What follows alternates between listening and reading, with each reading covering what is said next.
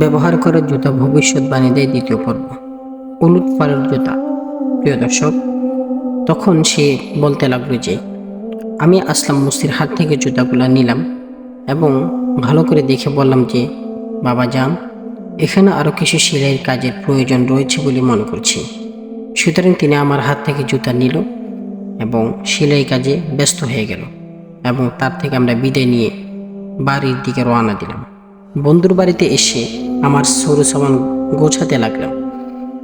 আমি সন্ধ্যাবেলায় ট্রেন ধরতে হবে বিদায় জুতা আনার জন্য আসলাম মুসির দোকানে গেলাম। গিয়ে দেখলাম সে সেখানে নেই।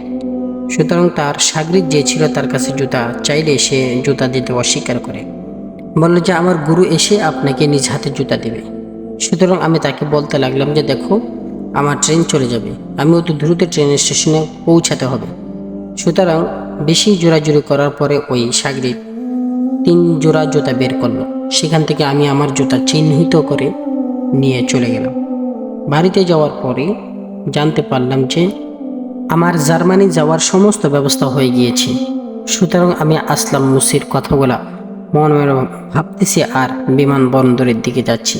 সে আমাকে বলল যে তুমি সামনে আসা কয়েকটি বছরের মধ্যে অনেক উঁচু স্থানে পৌঁছে যাবে, অনেক উঁচু তোমার মাকাম হবে। এই কথা ভাবতেছি আর আমি জার্মানির উদ্দেশ্যে পথ অতিক্রম করছি। তার ভবিষ্যৎবাণী আমি নিজে চোখে দেখেছি। আমার খালা যেন জুতা সেলাই করছে আর মাঝখানে সে বলে উঠল যে লম্বা সফর করার দরুন তার মৃত্যু হতে পারে। আমি তার ভবিষ্যৎবাণী পুরোপুরি বিশ্বাস এবং একিনে করে জার্মানির উদ্দেশ্যে যাচ্ছিলাম।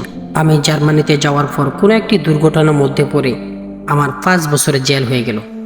আমার প্রতিটা রাত কিয়ামতের মতো অতিবাহিত হতে লাগলো, প্রতিটা দিন জাহান্নামের মতো যেতে লাগলো।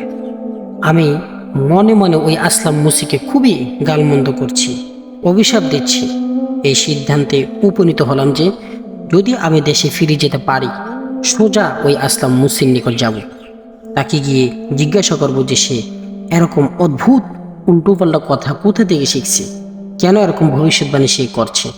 আমাকে বলেছে আমি উঁচু স্থানে উঁচু মাকামে থাকবো, এই আমার উঁচু স্থান, এটা আমার উঁচু মাকাম, আমার সাথে এরকম কেন হলো?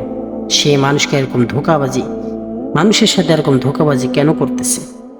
যাই হোক, দেখতে দেখতে 5টি বছর অতিবাহিত হয়ে গেল এবং আমি দেশে ফিরে আসলাম।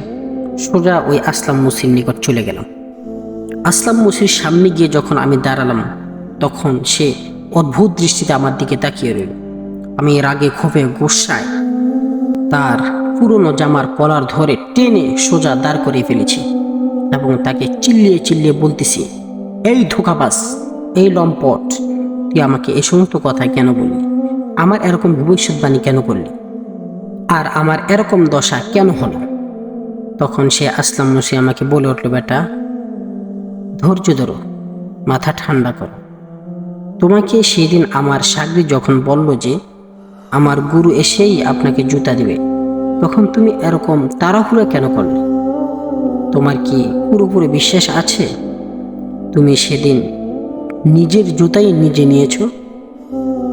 তখন আমার পুরো শরীর শীতল হয়ে গেল। আমি অদ্ভুতের মতো দাঁড়িয়ে রইলাম। আমি তার কলার ছেড়ে দিলাম এবং মনে মনে ভাবতে লাগলাম যে হ্যাঁ, ওই দিন তো তার সাগরিদ আমার সামনে 3 জোড়া জুতা রেখেছিল। ওই 3 জোড়া জুতার মধ্যে আমি খুবই কষ্ট করে আমার জুতাগুলা চয়েস করে চিহ্নিত করে নিয়েছি। সত্যি কি ওগুলো আমি আমার জুতা নিয়েছি? এসব ভাবছি, এর মধ্যে আসলাম মুসি আমার জুতা আমার সামনে এনে রাখলো এবং বলল যে দেখো বেটা, তোমার নাম হচ্ছে আব্দুল্লাহ, এক ব্যক্তির নাম ছিল আব্দুর রহমান, অন্য এক ব্যক্তির নাম ছিল আব্দুর রহিম। তোমাদের 3 জনের জুতাই আমার কাছে ছিল। আস্তাগফিরুল্লাহ, আমি কিভাবে আল্লাহ সুবহানাহু ওয়া তাআলার নাম এই জুতার উপরে লিখব? এজন্য আমি তোমাদের জুতায় নাম লিখি নাই। আমার সাগরিদকে বলে গেলাম যে আমি আসার পরেই জুতাওয়ালা মালিককে বুঝিয়ে দিব, তুমি কাউকে জুতা দিবে না। এজন্য আমার সাগরিদ তোমাকে জুতা দিতে চায়নি, তুমি জবরদস্তি করে জুতা নিয়ে গেছো। সুতরাং তুমি তোমার জুতা নেও নাই, তুমি অন্য কারো জুতা নিয়ে গেছো। যে ব্যক্তি জুতা নিয়েছো তার তকদিরের মধ্যে, তার ভবিষ্যৎবাণীর মধ্যে 22 বছরের সাজা লেখা ছিল। তোমার তকদির তো সত্যিকারই ভালো, তোমার নসিব তো সত্যিকারই ভালো। তুমি 5 বছরের ভিতরে সেই সাজা থেকে মুক্তি পেয়ে চলে এসেছো। দেখো, তোমার তকদির খুবই ভালো, তোমার নসিব খুবই ভালো। আমি হতবাক হয়ে দাঁড়িয়ে রইলাম।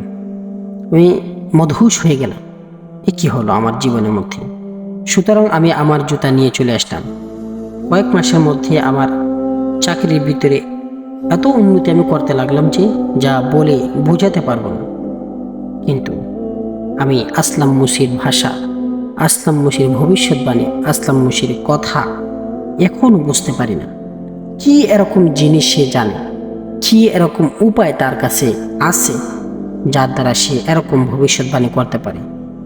তবে তার সমস্ত কথা, তার সমস্ত আচার আচরণ বুঝি আর না বুঝি, একটা জিনিস আমি খুবই ভালো বুঝেছি যে আপনার আমার যে কারো যে কোনো জিনিস ছোট হোক বড় হোক সব কিছুই কেয়ার রাখা দরকার।